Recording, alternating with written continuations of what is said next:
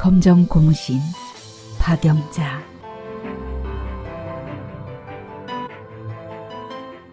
지하상가 신발가게 앞을 지나다 흰 고무신을 덥석 샀다. 신을 사람도 없는 고무신을 들고 지하철을 타는데 날아갈 듯 기분이 좋은 것은 무슨 까닭일까?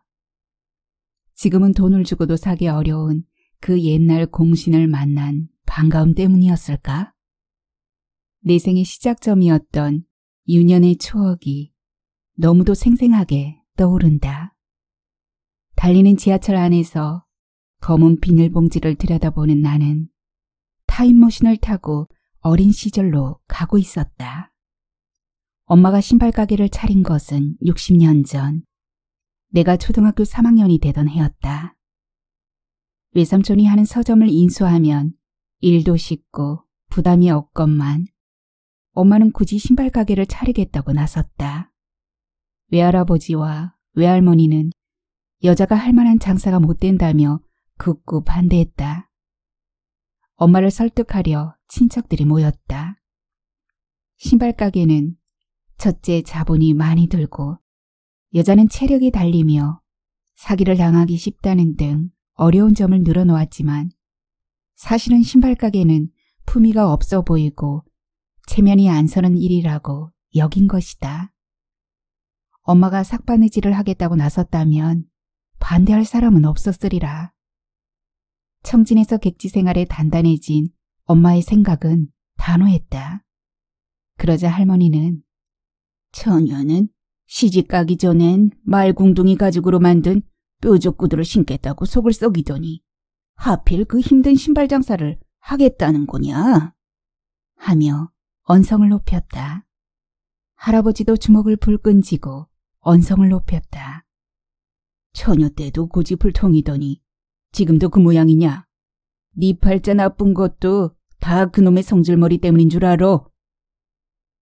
할아버지는 잠시 숨을 고른 뒤 타이르셨다.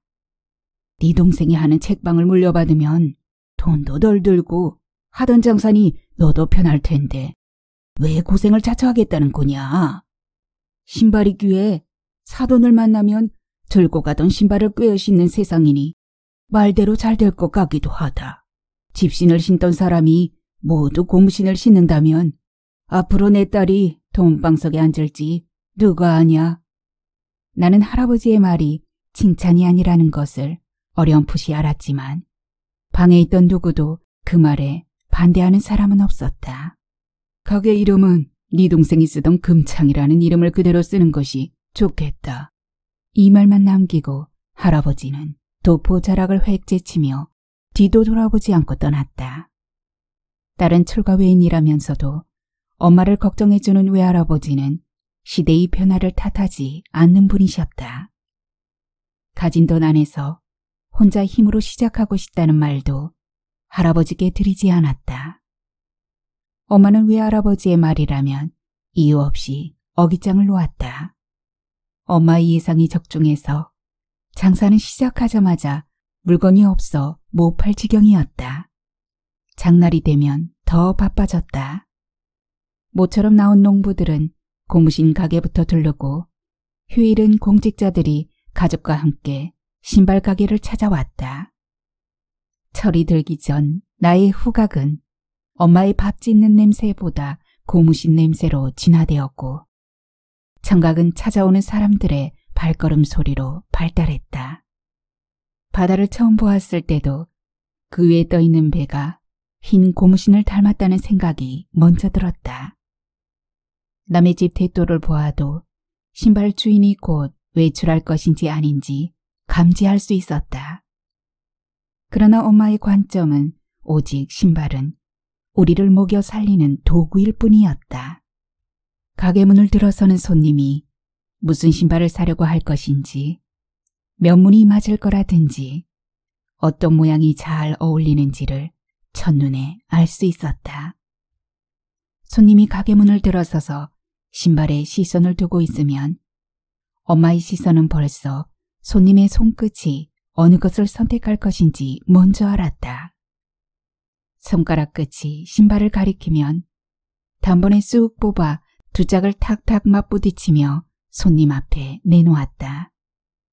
그러면 모양 없이 구겨진 신발도 빛깔과 모양이 금세 살아나 천리라도 달릴 듯 생동감이 일었다.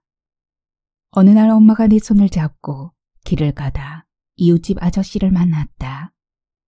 그는 나를 한번 바라보고 엄마를 보며 이 세상에서 가장 엄마를 아끼는 사람처럼 충고를 해주었다.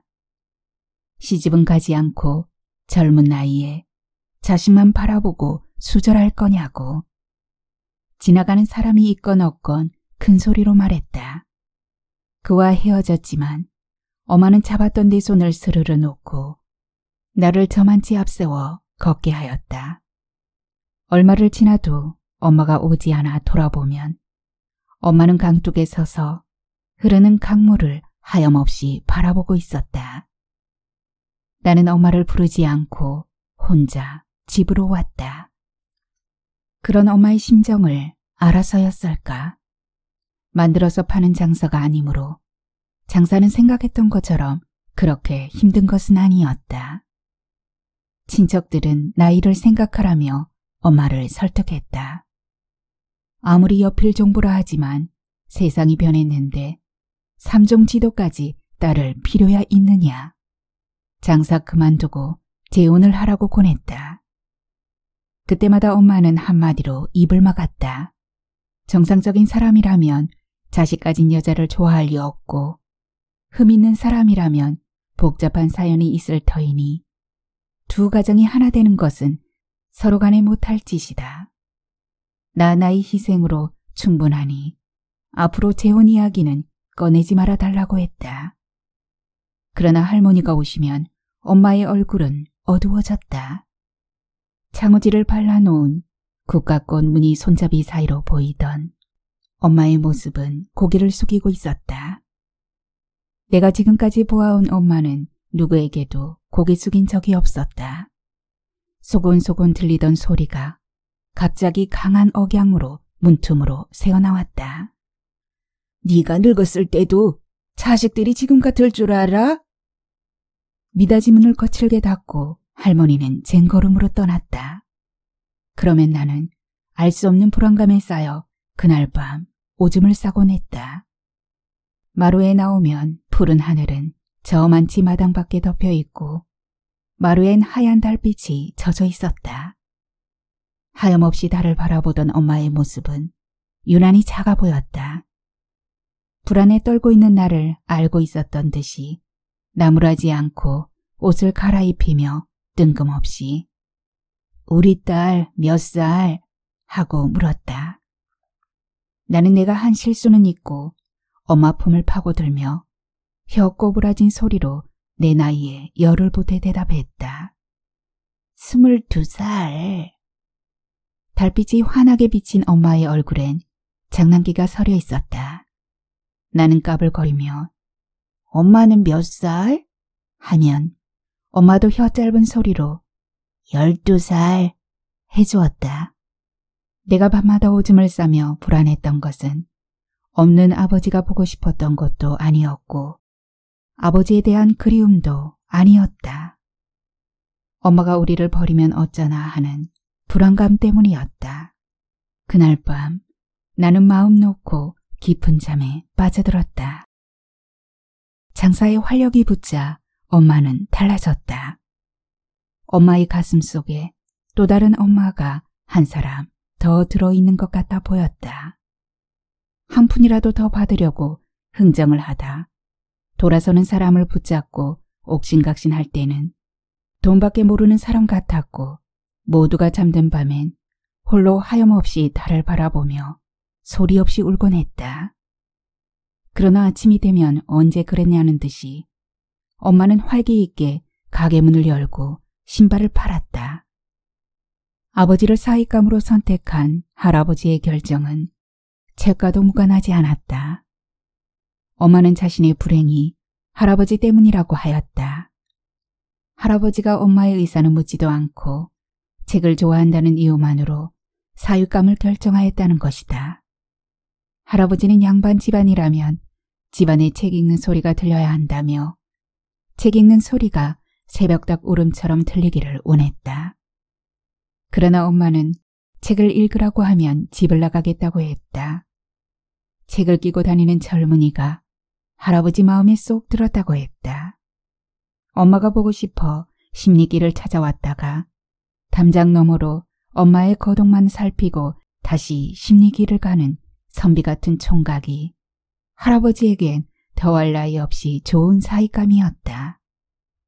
책을 좋아한다는 것은 너그러운 성품을 갖추고 있는 것이며 종교가 없어도 종교인과 같은 것이라고 믿었다. 어려서부터 고집이 세고 성격이 남자 같은 엄마에게는 속내를 드러내지 않는 속 깊은 남자가 잘 맞을 거라고 할아버지는 생각했을 것이다. 누구의 잘못인지는 모르지만 엄마와 할아버지는 대화 단절이었다. 할아버지가 편안한 얼굴로 엄마를 대하는 것을 본 기억이 없다. 두 분이 만나면 맛없는 음식을 입에 물고 있는 표정이었고 어떤 날엔 할아버지가 이야기 도중 벌떡 일어나 인사하는 날을 못 본 채 휑하니 나가셨다. 엄마가 이모처럼 나긋나긋한 성격이었다면 운명이 달라졌을지도 모른다. 나는 가끔 엄마와 할아버지 사이를 신발이 갈라놓은 것이 아닌가 생각했다. 배우가 되고 싶은 엄마의 꿈은 차마 할아버지께 얘기할 수 없었고 활동 사진이나마 보러 가겠다고 해도 한마디로 묵살하였단다. 엄마의 호기심이 꺾일 리 없었다. 옷과 가방을 친구 집에 맡겨놓고 영화 구경을 한 뒤 부푼 마음을 안고 집에 들어오면 기다리고 있던 것은 할아버지의 불호령이었다. 집안에서 얌전하게 바느질을 배우기를 할아버지는 바랐을 것이다. 아버지는 저 자식을 어떻게 먹여 살릴 것인가는 관심밖이었다. 독립운동을 한다며 책을 들고 사라진 아버지는 어느 날 훌쩍 찾아와 아이를 만들고 또 바람처럼 떠났다. 그러는 아버지가 못마땅해 할머니가 찾아와 불만을 털어놓으면 엄마는 당신들 뜻대로 짝지어 놓고 이제 와서 날더러 어쩌라는 것이냐며 원망했다. 그때 엄마는 말하지 않았지만 우리 남매의 존재가 한없이 원망스러웠을 것이다. 엄마는 아버지에 대한 존경심을 우리에게 심어준 일은 없었지만 나는 독립이라는 단어가 주는 불안을 느꼈다. 엄마가 그 말을 듣고 한숨 짓는 것을 보고 독립은 우리 집에 어울리지 않는다는 걸 어렴풋이 이해했다. 동네 언니를 따라 학교 운동장에서 활동 사진을 보았다. 누나를 찾아간 동생이 눈물 흘리며 창살 안으로 엿을 건네주는 영화 유관순의 한 장면이었다. 언니는 어린 내가 영화를 보고 우는 게 신통했던지 내가 영화를 보다 울더라는 이야기를 엄마에게 전했다. 우리를 쳐다보지도 않고 마루 끝에서 콩깍지를 고르던 엄마가 혼잣말로 독립이 밥 먹여주더냐? 하였다. 동네 언니가 대문을 나가자 나는 울음을 터뜨렸다. 그 언니에 대한 미안함과 야속한 엄마의 말이 참을 수 없이 서러웠다. 엄마는 고개도 들지 않고 네 아버지는 없는 것으로 알아라 라고 하였다. 그러나 엄마가 고르고 있는 콩은 언제 올지 모르는 아버지를 위한 것이었다. 아버지가 콩국을 좋아하는지는 알 수 없지만 소식 없는 아버지를 기다리다 지친 여인의 절규임을 나는 그때 알지 못했다. 우리 식구가 청진에 정착하게 된 것은 엄마의 아버지에 대한 가장 큰 사랑의 표현이었다. 그것은 생명을 건 모험이었다. 깊고 고요한 밤, 집채 많은 고리짝을 머리에 이고 아는 이 없는 함경북도 청진으로 떠났다. 한 걸음이라도 가까이에서 아버지의 소식을 듣고 싶은 간절함이었다. 골목길을 돌아 들어가면 나지막한 양철 지붕이 머리를 숙이고 엎어지듯 자리 잡고 있었다. 겨울이면 팔뚝만한 고드름이 달렸고 대문 앞은 비탈진 얼음판이었다. 나는 옆집 순이와 놀고 싶어도 빙판이 무서워 방 안에서 혼자 놀았다. 비바람이 몹시 불어 양철 지붕이 날아갈 듯 하던 어느 날 밤, 한 청년이 찾아왔다. 그는 웃지 않았고 엄마가 내주는 방석을 물리며 침통한 어조로 말문을 열었다. 독립투사였던 아버지가 청설리 싸움에서 목숨을 잃어 이제는 이 세상 사람이 아니라는 소식이었다. 우리를 바라보는 그의 눈동자는 초점을 잃은 듯 우리보다 더 슬퍼 보였다. 그때 나는 아버지의 소식에 그랬듯이 죽음이란 아주 오래오래 떨어져 있다가 불현듯 다시 만날 수 있는 것이라고 생각했다. 청진으로 이사한 뒤 엄마는 고드름만 쳐다봐도 눈물을 흘렸다. 그날 엄마는 이제껏 가장 어두운 얼굴로 나를 보았지만 울지 않았다.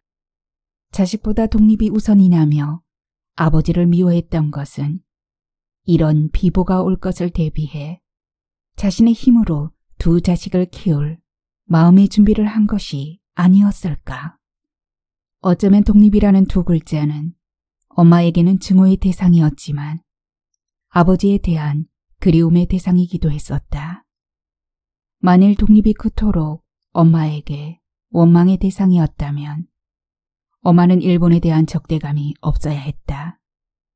소나무 그림자가 내 키보다 길게 드리워지던 어느 날, 엄마는 내 손을 잡고 목욕탕에 갔다. 비누칠을 하고 있는데 엄마가 일본 여자의 머리채를 잡고 목욕탕 안에서 나뒹굴었다. 조선 사람은 어쩔 수 없다고 비아냥대는 일본 여자가 옆에서 비눗물을 튕기며 목욕하는 조선 여자에게 한 말을 들은 엄마가 참지 못하고 남의 싸움을 가로채고 싸운 것이었다. 그날 엄마의 싸움은 남편을 빼앗아간 일본인에 대한 항거였으리라. 벌거벗은 몸으로 여인의 머리채를 잡은 엄마의 가슴 깊은 곳에는 아버지에 대한 그리움과 원망이 교차하고 있었다. 6.25 전쟁을 겪고 난 뒤 그만하면 잊을 만한 세월이 지났는데도 일본과 한국의 친선 축구 경기가 있던 날 라디오를 듣고 있던 엄마가 경기 내용은 모르면서 일본만은 이기야 한대. 그놈들한테만은 이기야 한대. 하며 응원하던 모습은 애국 청년의 열기와 다를 바 없어 보였다. 고향으로 돌아와 장사를 시작한 뒤 나도 자랐고 엄마도 예전 나와 장난을 치던 그런 엄마가 아니었다. 주위에서는 돈방석에 앉았다고 엄마를 치켜 세웠지만 나는 그 말이 싫었다. 장사가 잘 되자 엄마의 목소리는 막걸리를 마신 남자처럼 굵어졌고 사람들 앞에서는 고개도 들지 못하던 엄마가 오징어를 쭉 찢어 어디서든 질겅질겅 씹어 먹었고 거침없이 육두문자가 튀어나왔다. 엄마는 나를 자식이 아니라 하인처럼 대했다. 나는 아버지의 역할을 담당해야 하니 너희는 엄마를 도와야만 살 수 있다. 이제부터 이 집은 나 혼자 끌어가는 것이 아니다. 엄마의 말 속에는 냉소가 깃들어 있었다. 엄마의 말이 떨어지면 그것은 곧 법률처럼 실행에 옮겨야 했다. 나는 언손을 비비며 우물물을 길어 아침상을 차려놓고 학교에 가는 일을 맡았다. 어스름하게 날이 밝아오는 우물 옆에는 대나무 두 그루가 있었다. 바람결에 바스락대는 나무 밑에서 금방이라도 우물 귀신이 나올 것 같아 소름이 끼쳤다. 몸을 웅크리고 쌀을 씻어 조리질을 할 때면 엄마가 야속하기만 했다. 부뚜막에 올라앉아 내 몸보다 더 큰 밥솥을 돌아가며 씻으면 내 몸은 소단에서 버둥거렸다. 그런데 해놓은 밥에는 언제나 엄마 밥에만 돌이 씹히는 것이 아닌가.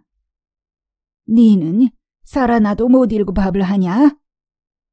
머리를 지어 박히고 손등으로 눈물을 닦으며 가는 등굣길은 서러웠다. 분명 똑같은 엄마인데 예전에 오줌을 싸도 이해해주던 그 엄마가 아니었다. 그런 날은 얼굴도 기억나지 않는 아버지가 그리웠다. 교실에 들어서면 햇빛 창가에 동무들이 무리지어 이야기꽃이 한창이었다. 아빠가 붕어빵을 품에 안고 와 싫다는 저에게 억지로 먹였다는 이야기. 아빠가 장에서 꽃 고무신을 사왔는데 딸이 12살이 된 것도 모르고 8살짜리 신을 사왔다는 이야기. 부러움에 앞서 내게는 먼 나라 이야기처럼 들렸었다. 그때 나는 엄마가 낯선 누구라도 이분이 장차 네 아버지가 될 사람이다 라고 하였다면 나는 기꺼이 그의 품에 안겨 아버지 하고 외쳤을 것이다. 어쩌다 할아버지가 오면 명태같이 마른 나를 감싸 안으며 네 어미의 대쪽 같은 성격이 너희를 볶는구나. 불쌍한 것, 불쌍한 것 하였다. 할아버지는 우리가 마르는 이유를 알지 못했다. 엄마의 성격이 거칠게 바뀐 것은 수절하기를 바라는 할아버지의 무언의 바람을 거역할 수 없었기 때문이라는 것을. 공장에서 생산되는 신발은 성금을 주고 차례를 기다려야 살 수 있었다. 하지만 엄마는 달랐다. 한 달에 몇 번씩 가게를 남매에게 맡기고 대구에 있는 신발 공장으로 내려갔다. 그럴 때마다 엄마가 문 밖을 나가기도 전 나는 벌써 길 건너 명수건이 상점에 진열된 미륵구와 껌, 모찌, 사탕이 눈에 어른거리고 그렇게 신나할 수가 없었다. 이래라 저래라 간섭을 받지 않아도 되고 외상값을 받아오라는 엄마의 심부름을 가지 않아도 되니 생각만으로도 기분 좋은 날이었다. 외상값을 받으러 가는 것보다 차라리 친구들 앞에서 손들고 벌서는 게 더 나았다. 포목점 아저씨는 나를 몇 시간이고 가게 앞에 세워두었다. 같은 반 동무인 동수가 저희 아저씨 가게인 포목점을 찾아오면 나는 그 아이가 떠날 때까지 고개를 숙이고 서 있었다. 숨을 장소라도 있다면 그토록 주눅이 들지는 않았을 것 같다. 말없이 문전에 서 있으면 동수 아저씨는 짐짓 나를 모른 채 하다가 저녁 해가 떨어질 때쯤 다시 오라고 하였다. 갈 때마다 내일 오라는 동순의 아저씨와 그런 말을 들으면서도 매일 가라는 엄마 사이를 오고 가는 것은 죽기보다 싫은 일이었다. 엄마가 없으면 그런 심부름은 하지 않아도 될 뿐 아니라 신발을 팔아 마음 놓고 군것질을 할 수 있어 즐겁기만 했다. 나는 엄마가 한시라도 빨리 떠나기만을 기다렸다. 흰 고무신 값은 검정 고무신의 10배가 넘는다. 엄마가 가게에 있을 때는 흰 고무신을 사러 오는 사람이 많지 않다가 왜 오빠와 내가 있을 때만 흰 고무신을 사러 오는 사람이 많은지 알 수 없는 일이었다. 아니 알 필요도 없었다.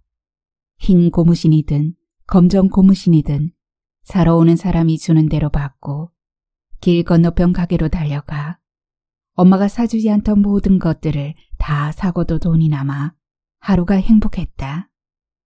문제라면 엄마가 예전보다 일찍 갑자기 집에 들이닥칠 때다. 마대자루가 터지도록 담은 신발을 입고 예고 없이 들이닥칠 때 엄마는 머리 없는 사람처럼 보였다. 순간 엄마가 가엾다는 생각이 들었지만 남은 돈을 급하게 감춰야 하기에 그런 생각은 오래 할 수 없었다. 쓰고 남은 돈을 마루 밑에 던져놓고 떨리는 가슴으로 엄마 앞에 서면 목소리도 변성되었다. 엄마는 그런 우리의 거동을 알아차리지 못하고 물건을 받지 않는 우리에게 인정머리가 없다고 나무랐다. 그러나 어린 것의 거짓말이 오래 갈 리는 없는 일이다. 마루 밑에 던져놓은 잔돈은 잡아떼면 그런 대로 넘어갔지만 손님이 사간 고무신을 들고 와 바꿔달라고 찾아올 때는 둘러댈 방도가 없었다. 흰 고무신은 다른 신발에 비해 워낙 값 차이가 많기 때문에 언제 누구에게 사갔는지 기억이 또렷하다. 두 아이에게 사갔다는 말을 듣고도 엄마는 손님 앞에서는 태어나였다. 손님을 보내고 난 후 오빠와 나를 바라보는 엄마의 눈빛은 호랑이를 맨손으로 때려잡았다는 남이 장군의 눈빛과 다를 바 없었다. 남에게 악담을 하면 그 악담을 뱉은 사람에게 되돌아간다던 엄마는 거침없이 자식에게 악담을 퍼부었다. 네 놈들은 짐승만도 못한 놈들이다. 까마귀도 어미를 돌보며 먹이를 물어다 주는데 네 놈들은 어미를 속이고 도둑질을 해? 네 놈들은 장차 도둑질밖에 할 거 없다. 도둑놈이 돼서 살 바에는 차라리 우리 모두 같이 죽자. 가게 문을 닫고 가슴을 치며 울부짖던 엄마는 사정없이 오빠와 나를 두들겨 팼다. 나는 엄마의 넋두리 뒤에 나올 말이 어떤 것인지 알고 있었다.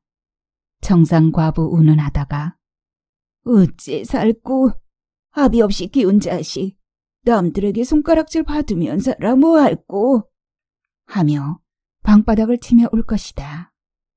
나는 엄마의 손을 잡고 눈물을 닦아드리며 다시는 그런 일이 없겠노라고 다짐하고 위로해 드렸다. 그렇지만 몇 시간만 지나면 다 잊었고 군것질의 유혹은 아무리 참으려 해도 참기 어려웠다. 나는 글을 배우기 이전 훔친 뒤에 오는 짜릿한 희열을 먼저 익혔다.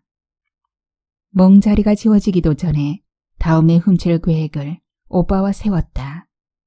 한 번은 오빠가 훔쳤다 하고 다음엔 내가 훔쳤다고 하면 둘 중 하나는 고비를 모면할 수 있어 둘이 매맞는 것보다는 훨씬 덜 힘들 것이다.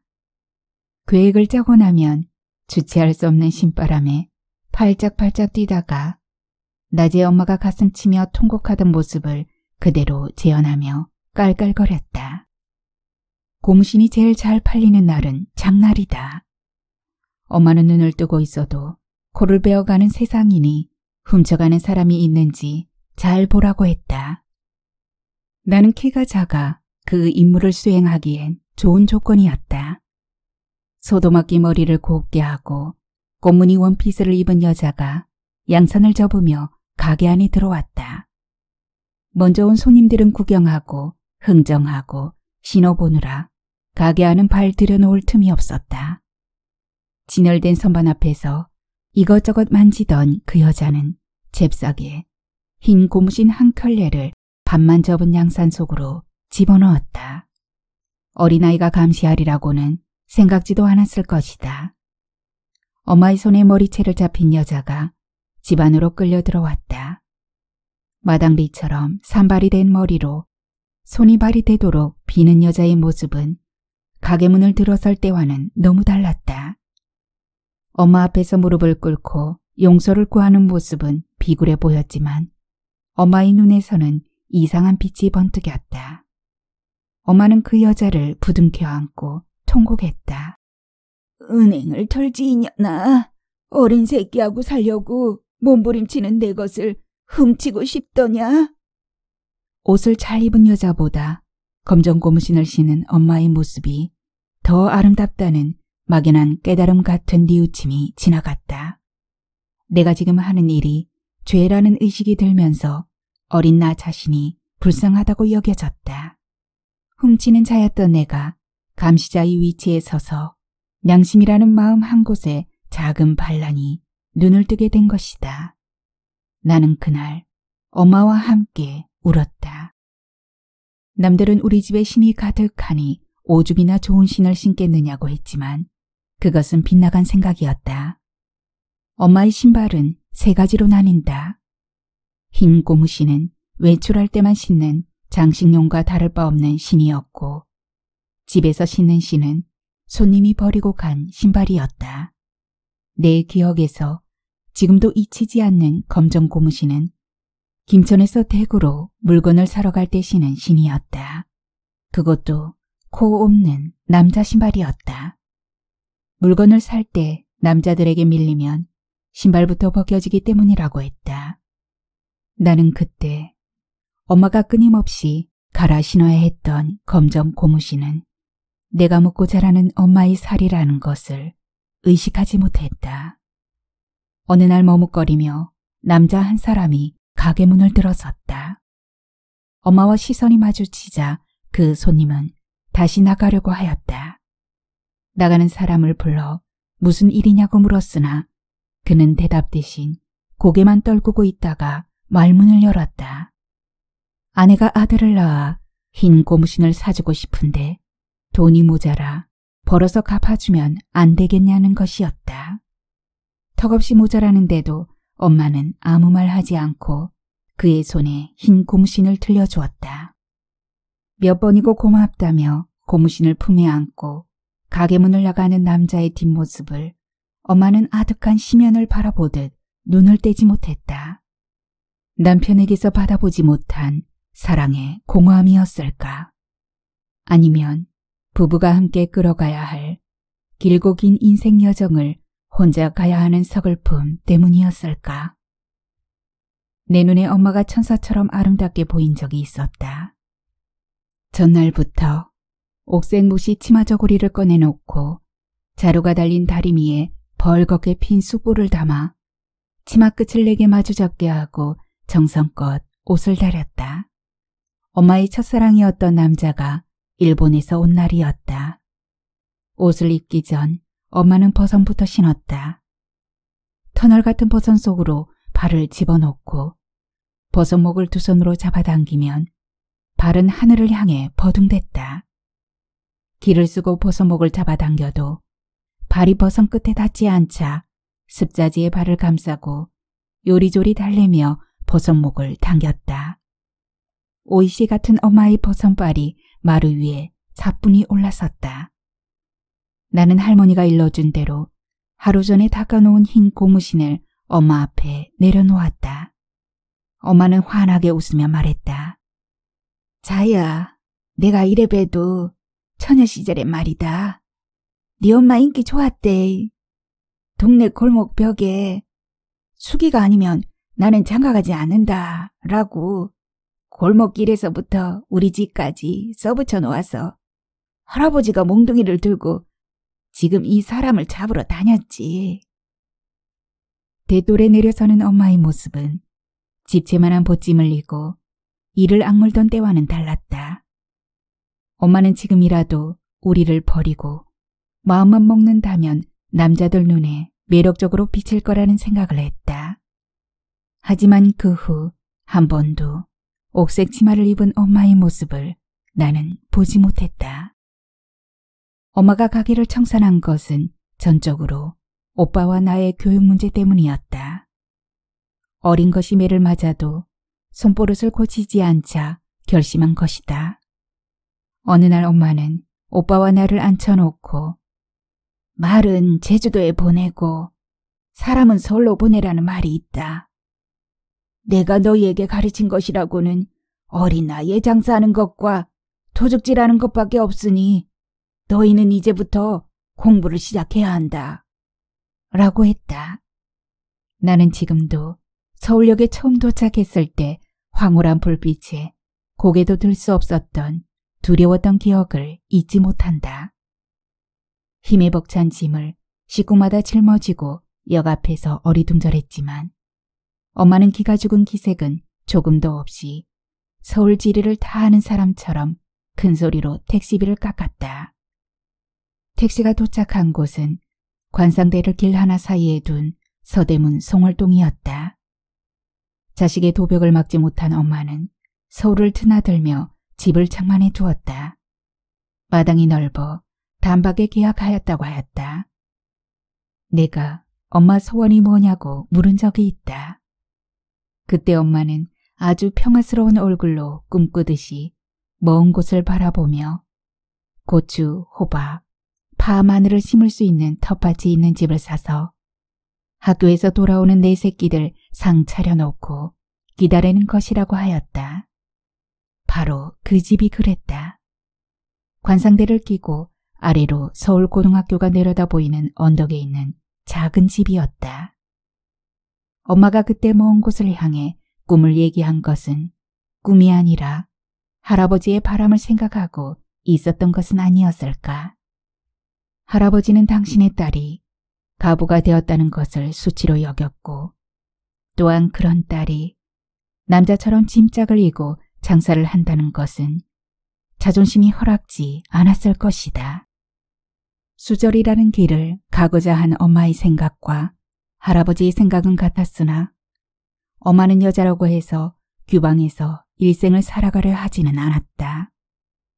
장사하지 않으니 아껴야 살 수 있다고 노래를 하던 엄마가 내 등을 밀고 죄화점에 불쑥 들어갔다. 돌아볼 겨를도 없이 엄마는 화려한 유리 진열장에 있던 검정 에나멜 구두를 점원에게 묻지도 않고 내 앞에 내려놓으며 신어보라고 하였다. 허리를 구부리고 뒤축을 당기는데 엄마는 저만치 서 또 다른 모양의 구두를 고르느라 돌아서 있었다. 순간 나는 엄마의 검은 고무신 뒤축이 양쪽으로 구멍이 뚫려 있음을 보았다. 내가 이것도 싫다 저것도 싫다고 하자 엄마는 콧잔등 위로 까만 리본이 달린 다른 구두를 내놓으며 이걸로 하라고 하였다. 내가 마음에 없다는 표정을 짓자 내가 신발을 너보다 잘 고른다 라고 말했다. 하지만 엄마의 찢어진 검정 고무신이 검정 구두 위에 겹쳐 보여 나는 가게를 그냥 나왔다. 왜 나는 그날에야 엄마가 그토록 고맙게 느껴졌을까? 엄마는 내 뒤를 따라오며 말했다. 야야, 신발은 신어서 정이 들어야 마음에 드는 기다. 이제 너도 시집갈 나이가 되니 아무끼나 신으면 안 된다. 나는 흐르는 눈물을 엄마가 눈치채지 않게 슬쩍 닦으며 능청을 떨었다. 엄마, 있잖아. 엄마가 장사하지 않고 집에서 우리를 돌봐주니까 굶어도 좋아. 내가 대신 재미있는 이야기 하나 할게. 중국에서 제일 값나가는 신발이 당나라 현종 때 양귀비가 신던 신발이었어. 양귀비가 죽자 이웃집 노파가 양귀비의 신발 한 짝을 주었어. 사람들이 하도 보고 싶어 하니까 구경을 시키는데 보기만 하면 식금을 내라 하고 만져보면 50금을 내라 하고 신어보면 100금을 내라고 해도 사람들이 문전성시를 이루어 만석 거부가 되었어. 엄마가 지금 신고 있는 검정 고무신이 앞으로 그런 신발이 되지 않을까? 세월이 흘러 이제 엄마는 더 이상 이 세상 사람이 아니다. 흰 고무신을 담은 검은 비닐봉지 위로 눈물이 뚝뚝 떨어지고 있었다.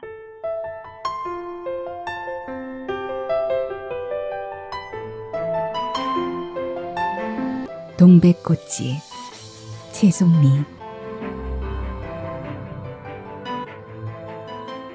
선비댁 타작마당엔 밤낮 없이 애들이 모여 놀았다.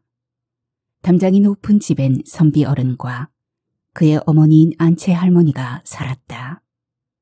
황토와 납작한 돌을 켜켜로 쌓아 올린 담장은 너무 높아 감나무 위까지만 보였고 시커먼 쇠고리가 달린 대문은 담장보다 높아 애들이 쇠고리에 매달려 사랑채를 넘겨다보기도 했다. 안채에는 할머니가 식모 언니랑 살고 장남인 선비 어른은 사랑채에 살았다. 할머니는 아들만 둘인데 둘째 아들은 서울에 살았다. 선비 어른 부인은 자식도 없이 병을 앓다가 일찍 세상을 떠났다. 읍내에 젊은 부인이 있다고 했으나 선비댁으로 와서 살지는 않았다. 사랑채 건너방에는 손님방이 있고 뒷방에는 젖먹이 아들이 있는 머슴 염서방네가 살았다. 선비 어른은 아침 저녁으로 한복 바지춤에 손을 찌르고 농가를 돌아 집으로 돌아가곤 했다. 그 틈에 애들은 생쥐처럼 사랑채 정원을 들여다보았다. 작은 연못에는 물이 졸졸 흐르고 돌틈엔 보라색 난초꽃이 피어 있었다. 무화과와 주먹만한 석류가 입을 떡떡 벌린 채 달려있기도 했다. 둥근 동백나무 때문에 사랑채 마루는 잘 보이지 않았다. 마당을 가로지른 담장에 쇠고리가 달린 샘문은 안채로 통하는 듯 했다. 안채에 대한 궁금증이 더 컸으나 그것을 볼 기회는 없었다. 선비 어른 동생이라는 서울 아저씨가 왔다. 큰 키에 데님도 묵지 않은 한복을 입고 희죽희죽 웃고 다녔다. 너무 말라선지 걸을 때마다 온몸이 허수아비처럼 흔들렸다. 걸어가다가 느닷없이 금주를 팠냐고 물어보기 일쑤였다. 애들은 아저씨를 볼 때마다 금주 없다고 놀렸다. 딸 금주가 학교 갔다 오는 길에 교통사고로 죽어 아저씨가 정신이 돌았다고들 했다. 혼자 집에 있는데 아저씨가 왔다. 꽃가니며 뒤란을 돌며 금주를 부르다가 갑자기 나를 보고 팔을 벌리며 금주야 했다. 나는 깜짝 놀라 금주 아니라고 소리를 질렀다. 한참이나 나를 빤히 보다가 고개를 갸웃거리며 나갔다. 아저씨가 집집마다 다니며 금주를 찾는 바람에 밤잠을 설친다고 야단들이 났다. 아니나 다를까 한밤중에 아저씨가 금주를 부르며 우리 집 방문을 열었다. 거의 울듯이 금주가 여기 있다고 방으로 들어오려 했다. 할머니는 금주는 서울에 있다며 막아섰다. 아저씨는 나를 보고 아빠랑 집에 가자고 애원했다. 나는 이불을 뒤집어 쓰고 금주 아니라고 악다구니를 했다. 할머니가 뭐라고 꽥 소리를 지르자 놀란 아저씨가 떠밀려 나갔다. 후다닥 문고리를 거는데 아저씨가 유모, 행자 어디 갔어? 했다.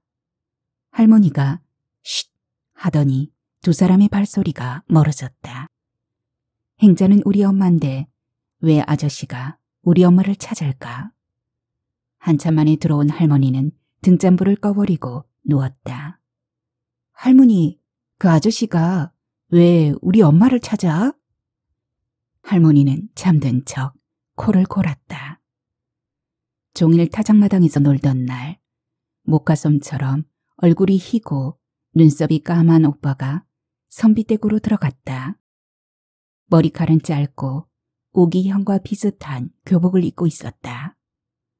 오빠는 날마다 대문 앞에 나왔다. 여자애들은 키득키득 웃으며 오빠 주위를 맴돌고 남자애들은 텀블링을 하거나 돌치기를 하며 오빠 시선을 끌었다. 어느 날 오빠가 어깨에 메추리 새끼 한 마리를 얹고 나왔다. 메추리는 살짝 날았다가 어깨에 안기를 거듭했다. 애들은 흔히 보는 메추리인데도 오빠 어깨에 있는 메추리를 서커스 보듯 신기해했다. 먹이를 갖고 오는 애들한테는 메추리를 만져보게도 했다. 나름 마른 옥수수를 잘게 부수어 가져갔다. 오빠가 옥수수 가루를 받아줄 때 메추리를 만지기도 전에 가슴이 벅차 손이 다 떨렸다. 저녁을 먹고 타작마당으로 갔더니 오빠만 있었다. 수줍어 어쩔 줄 몰라 하는데 내 눈이 메추리 눈처럼 생겼다고 했다. 메추리 눈처럼 예쁘다는 것 같아 눈을 크게 떴더니 나를 대문 안으로 획 잡아당겼다. 숨바꼭질이라도 할 것처럼 동백나무 뒤로 데려가더니 뽀뽀를 했다. 나는 온몸이 둥둥 떠다니는 것 같고 가슴이 설렜다. 차가운 손이 고무줄 바지 속으로 쑥 들어왔다. 아, 차가워. 오빠는 얼른 내 입을 막으며 주위를 살폈다. 비밀이야. 이제 가봐. 후들거리는 다리로 집에 와서는 방문을 닫아 걸고 거울을 봤다. 메추리알같이 동그란 눈에 얼굴이 발그레했다.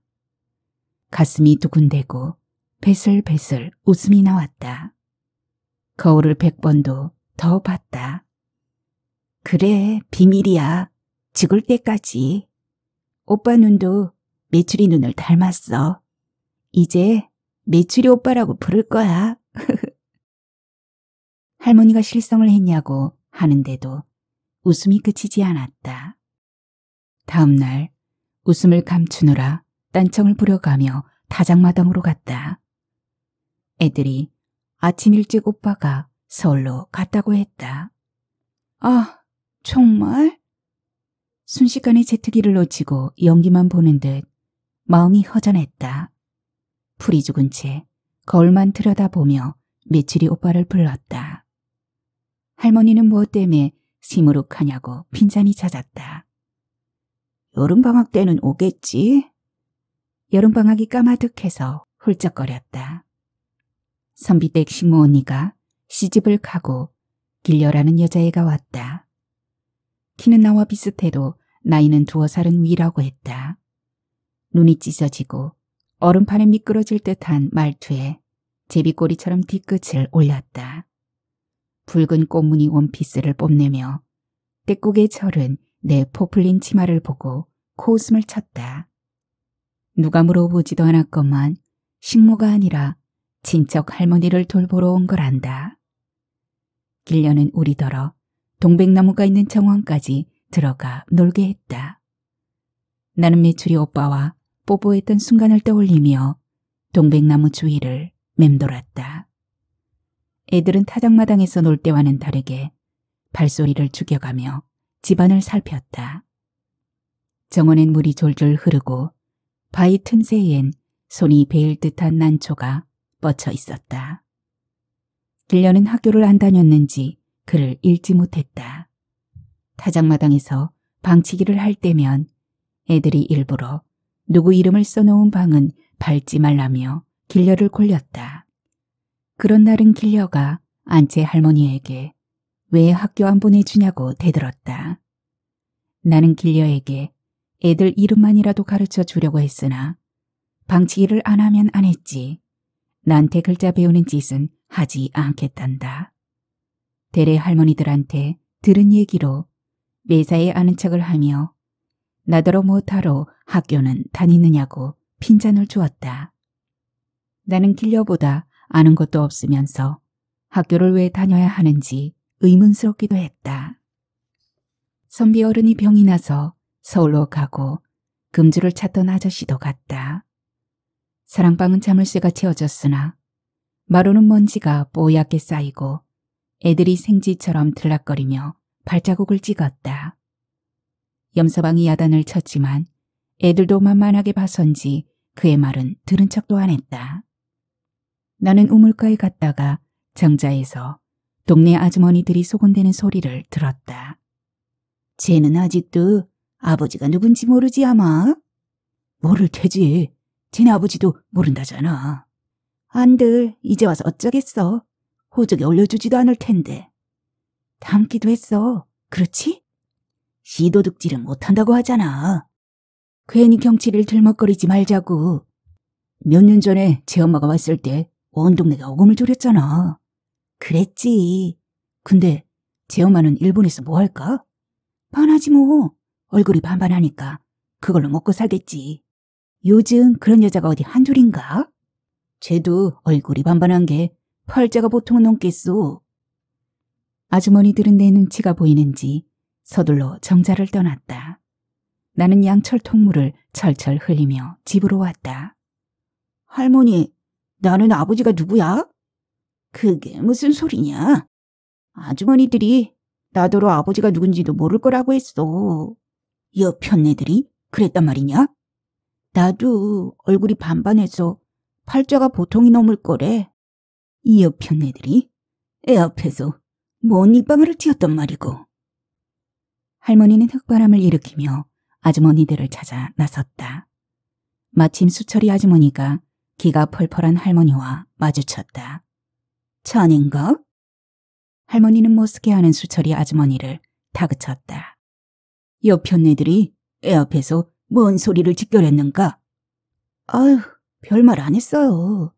애엄마 얘기가 나와서 제가 불쌍하다고 몇 마디들 했지요 뭐. 얘가 왜 불쌍해?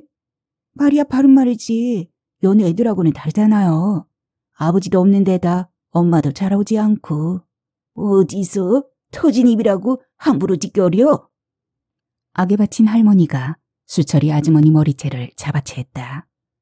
키가 작은 아주머니는 양손을 뻗어 허공만 휘젓고 할머니 아기는 머리카락을 한 움큼이나 뽑아진 다음에야 힘을 풀었다. 순식간에 동네 사람들이 싸움판 주위를 둘러쌌다. 수철이 아주머니는 못이 바구니같이 헝클어진 머리채를 이고 사람들 틈을 빠져나갔다. 저그 팔자는 상팔자라서 평생 남의 땅떼기만 파먹고 사는가? 어디서 남의 애 갖고 지랄이여 지랄이? 한 번만 더 주둥아리 놀려봐. 아가리를 쫙 찢어놓을 테니까.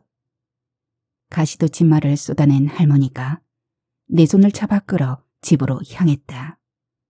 애들이 우르르 따라오려다가 할머니의 기세에 주춤해져 따라오지 못했다. 다 쓸데없는 소리니라. 엄마는 편지 어디에도 아버지 얘기를 하지 않았던 게 이상하기도 했다.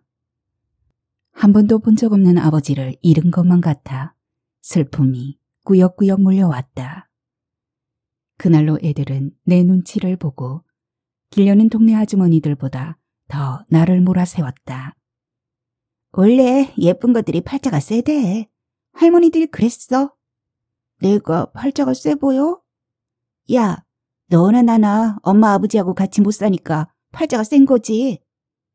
길려가 우물가에서 빨래방망이를 두드리며 노래를 불렀다.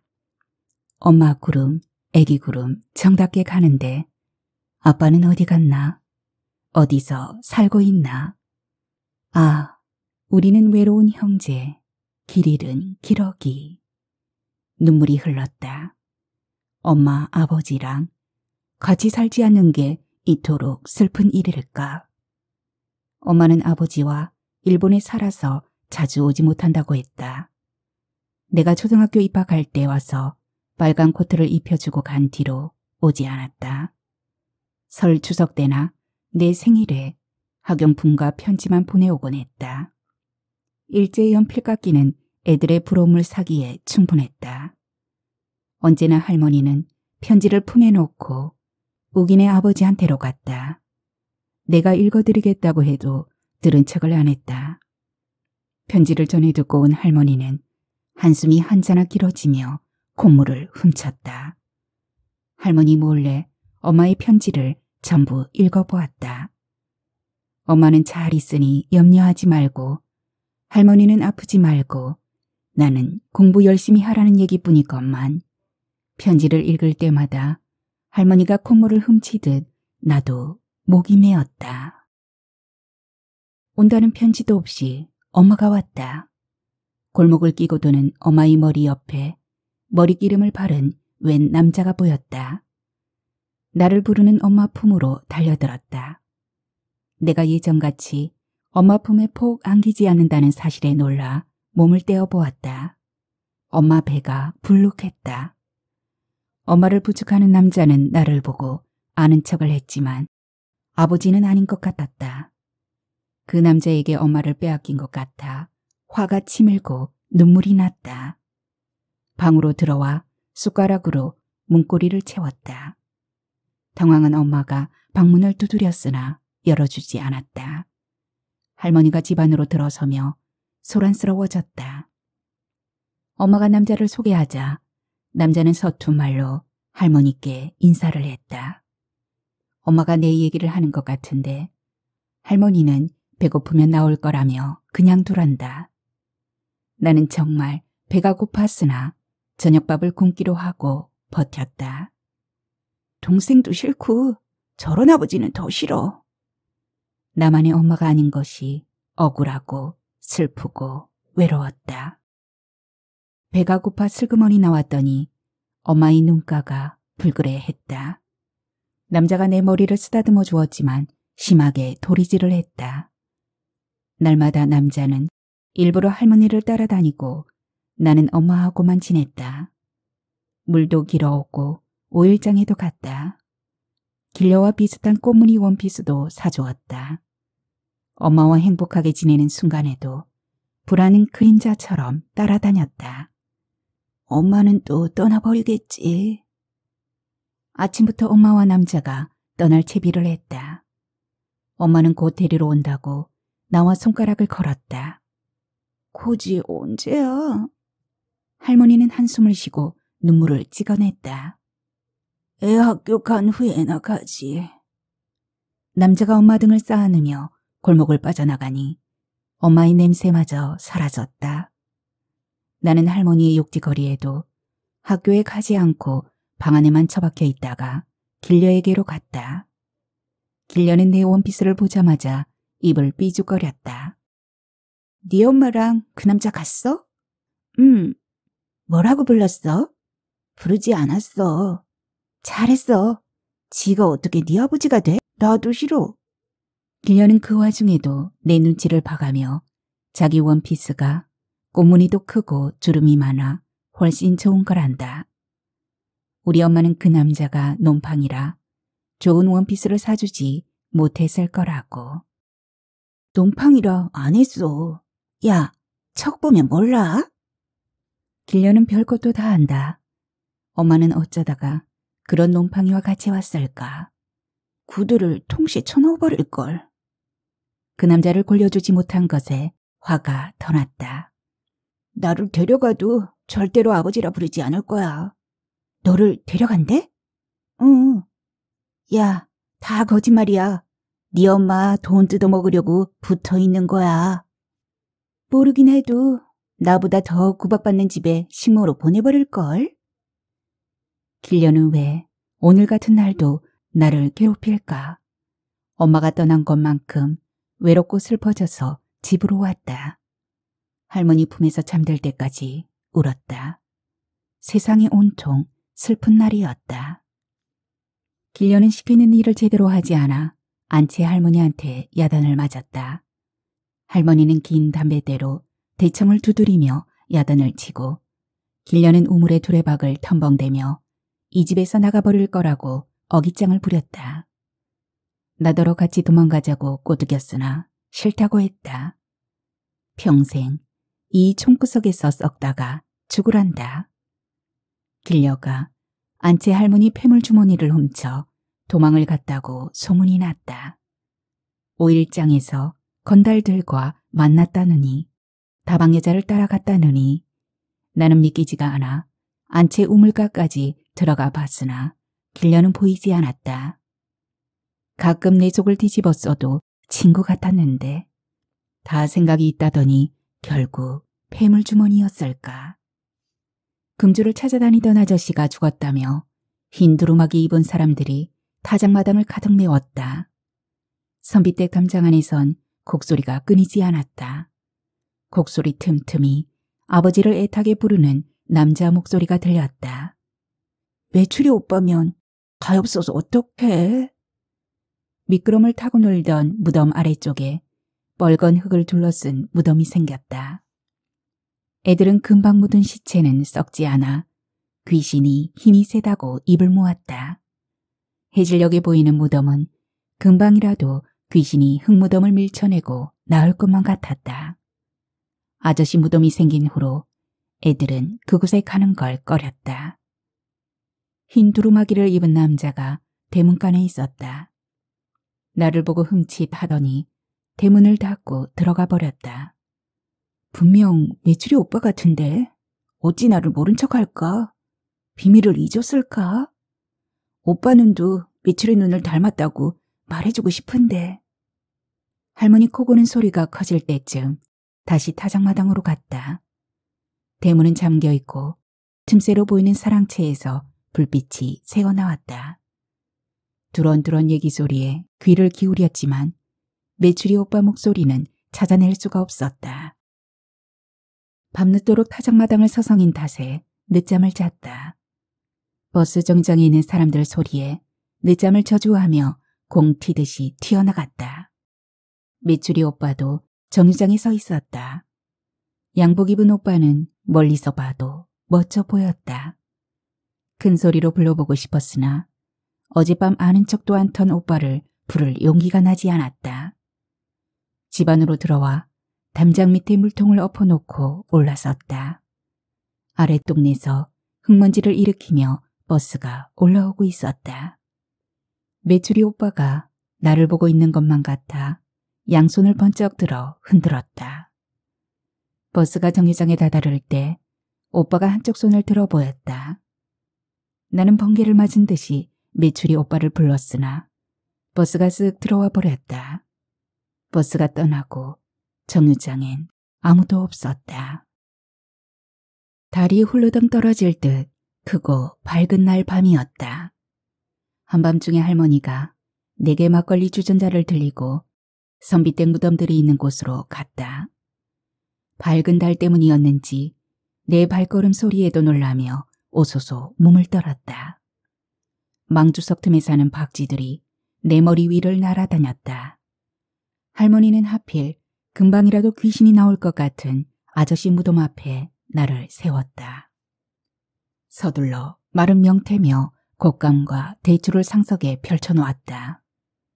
대접에 막걸리를 부어 두어 바퀴 돌리더니 2번 절을 하라고 했다. 할머니가 소곤거리며 재촉을 하는 바람에 얼떨결에 절을 했다. 아이고 불쌍한 것. 콧물을 훔치던 할머니가 갑자기 상석을 치우더니 나를 끌고 벼롱나무 뒤 어둠 속으로 숨었다. 할머니에게 왜 그러느냐고 물어봤지만 내 입만 틀어막았다. 졸음이 올 때쯤 할머니가 집으로 가자고 했다. 어쩐지 좀 전의 일이 멀건 달에게 들킨 것처럼 뒤가 캥겼다. 안채 할머니가 우리 할머니를 부른다고 기별이 왔다. 할머니는 나더러 따라오지 말라고 신신당부했지만 나는 도둑고양이처럼 따라가 뒤란 안채 할머니 봉창에 귀를 갖다 댔다.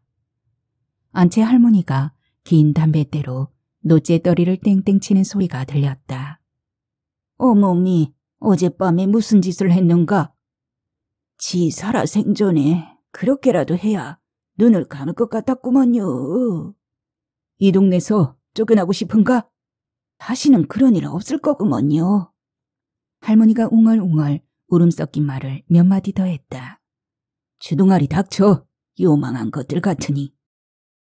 또 노재재떨이를 치는 소리에 할머니가 울음을 뚝 그쳤다.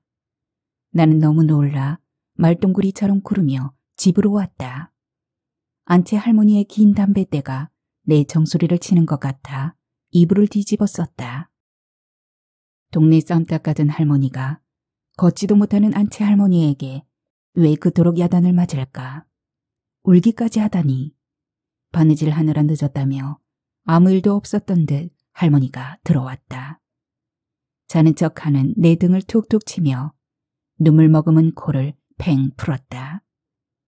아이고 내 새끼, 불쌍해서 어쩌누? 할머니는 내게 엄마의 시간을 시감자처럼 숨겼다. 소문은 내 아버지가 누군지도 모를 거라던 말과 함께 동네 구석구석에서 싹을 틔우고 무성해졌다.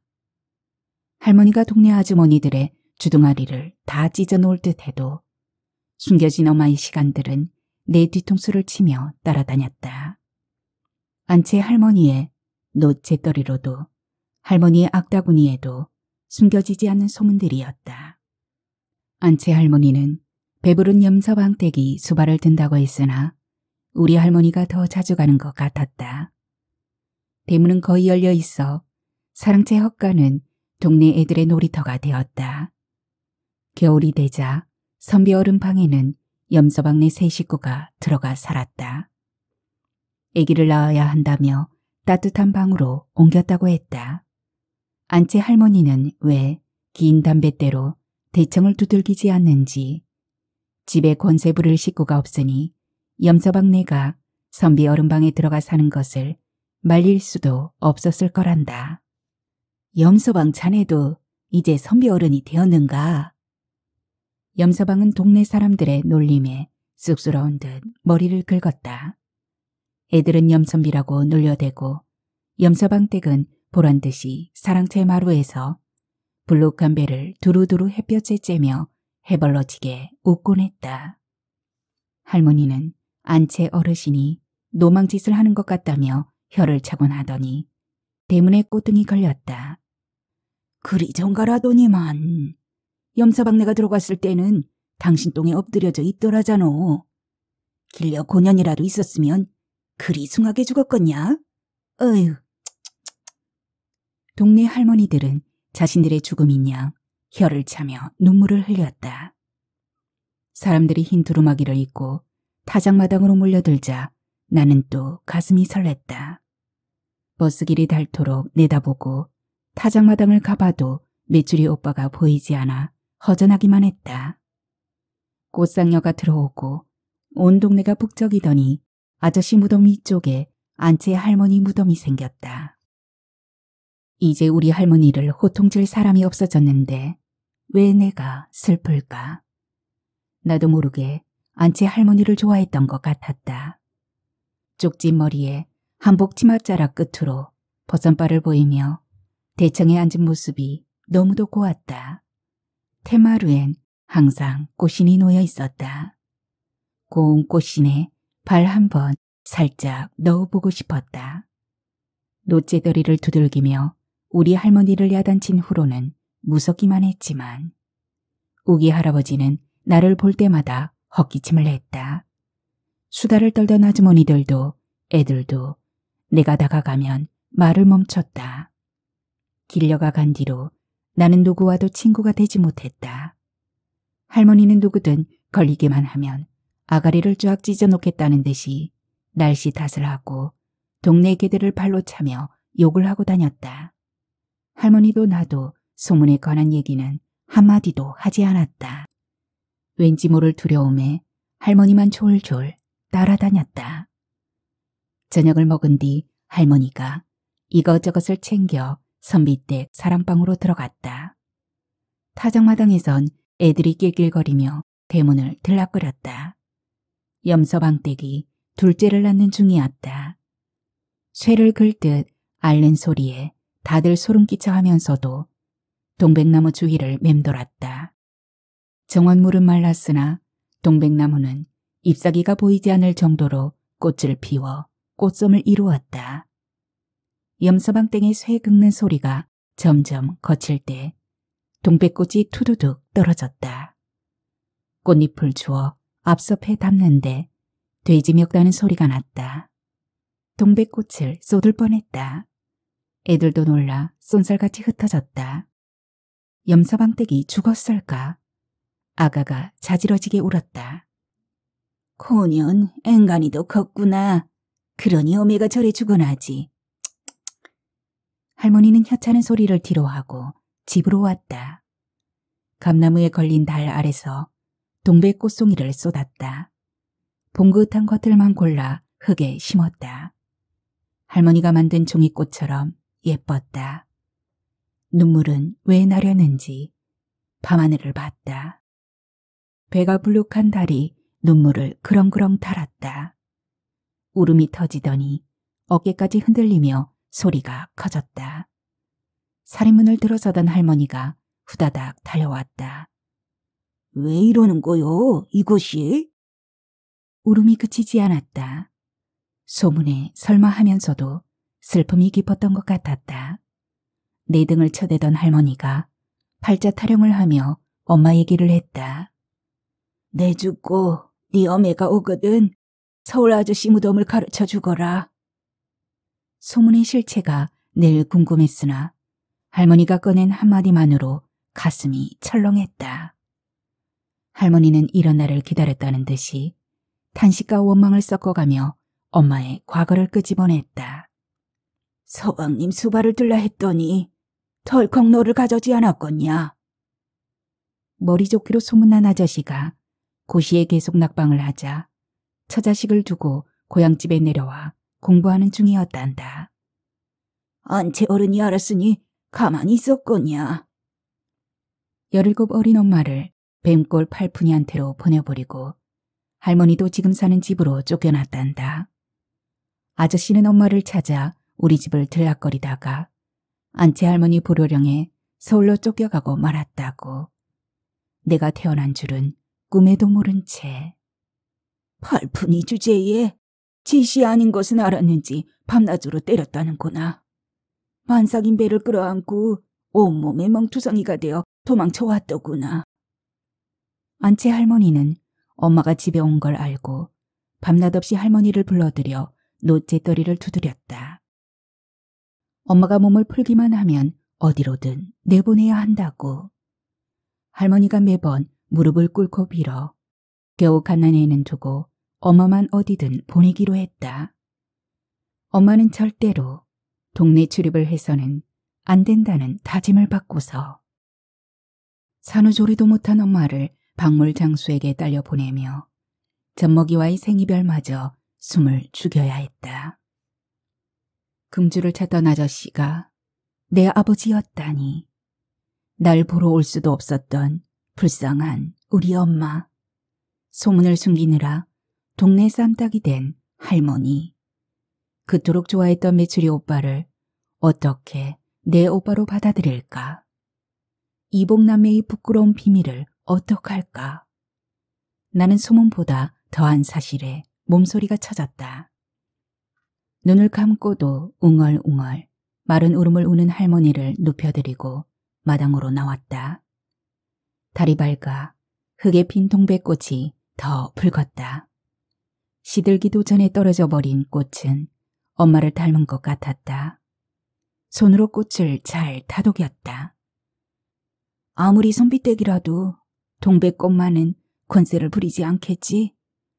해마다 엄마를 닮은 꽃을 피워줄 거야. 선비댁 대문에 엄마의 꽃등이 걸리는 날까지 꽃섬을 이루며 피워줄 거야.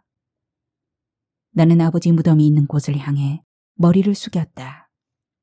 시감자 같은 엄마의 시간들이 드러난 채로 흘러갔다. 할머니는 날마다 눈물바람이고 엄마는 나를 일본 중학교에 보낼 거라며 편지가 잦았다.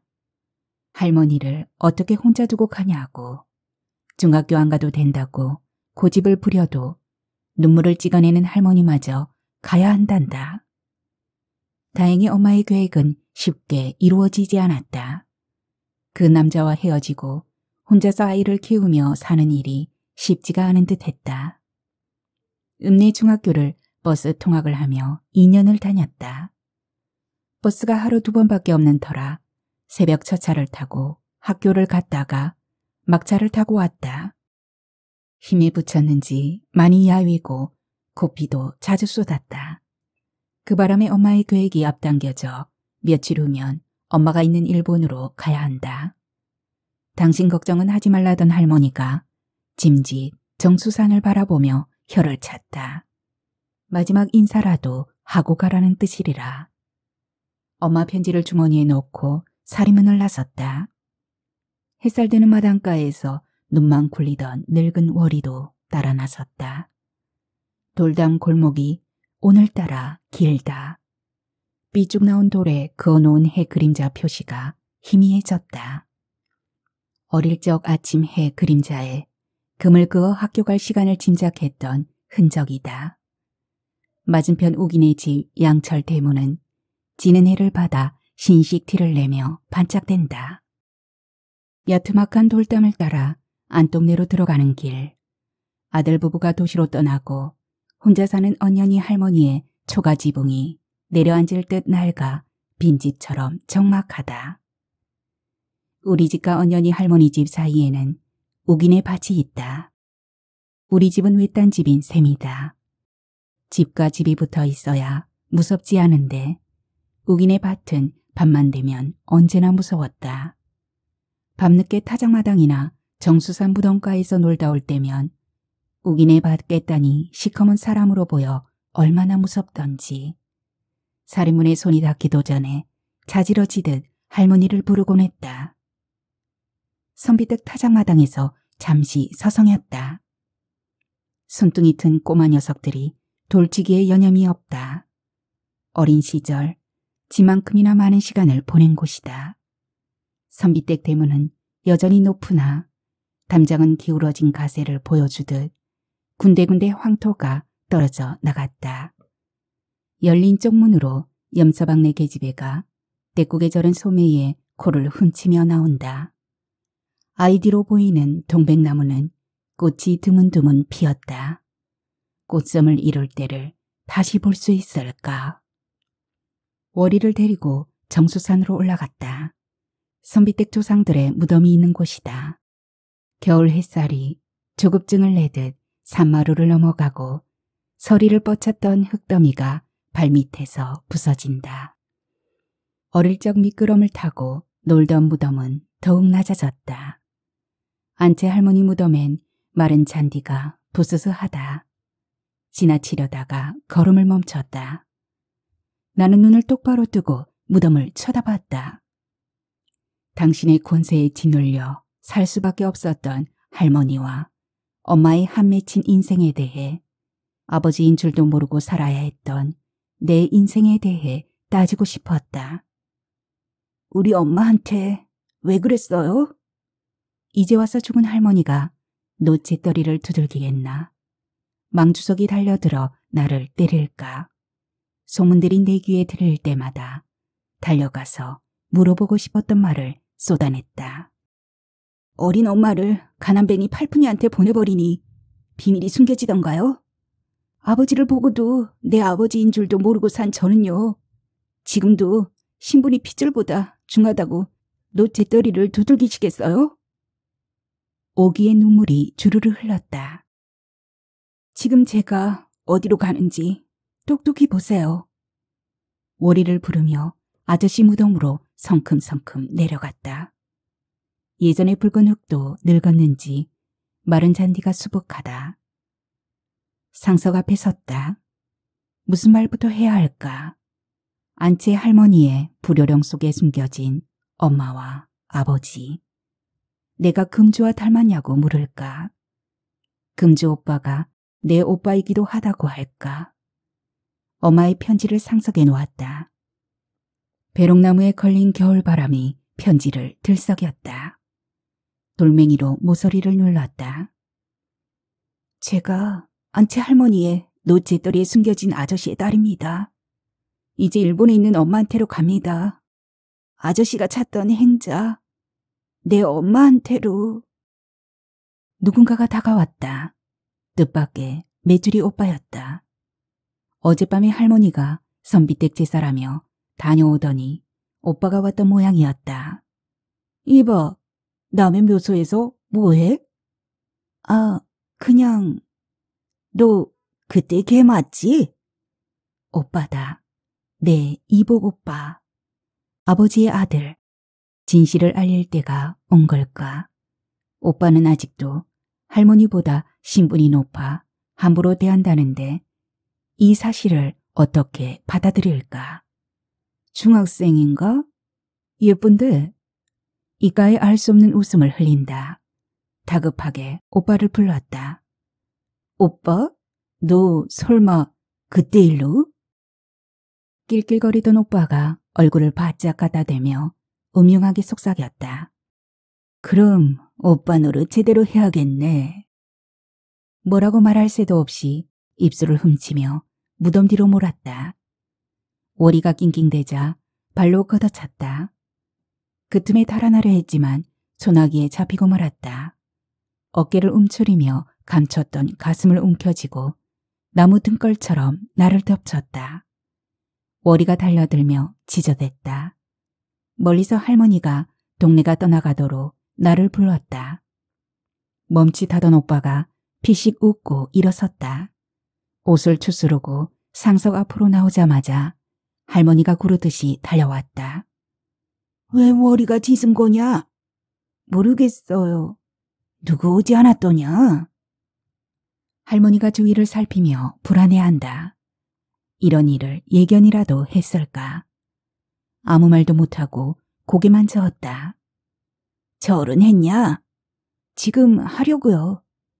절을 하면서도 정신이 혼미해져 비틀거렸다. 아버지라 불러보거라. 오늘을 위해 미뤄두었던 아버지를 불러봐야겠는데 말이 나오지 않았다. 할머니는 눈물을 찍어내며 재촉했으나 도무지 입이 열리지 않았다. 혼란스럽고 절망적이고 비참한데 눈물도 나지 않았다. 서방님 딸이요. 이제 지 어미한테로 보내니 살아생전 못 돌본 모녀 부디 잘 돌봐주시오. 워리가 무덤 뒤에서 지저대자 오빠가 워리를 걷어차며 나왔다. 할머니가 오빠를 보고 덜썩 주저앉았다. 오빠는 무슨 헛소리냐고 노망이 났냐고 눈을 부릅떴다. 나는 그때야 울음이 터졌다.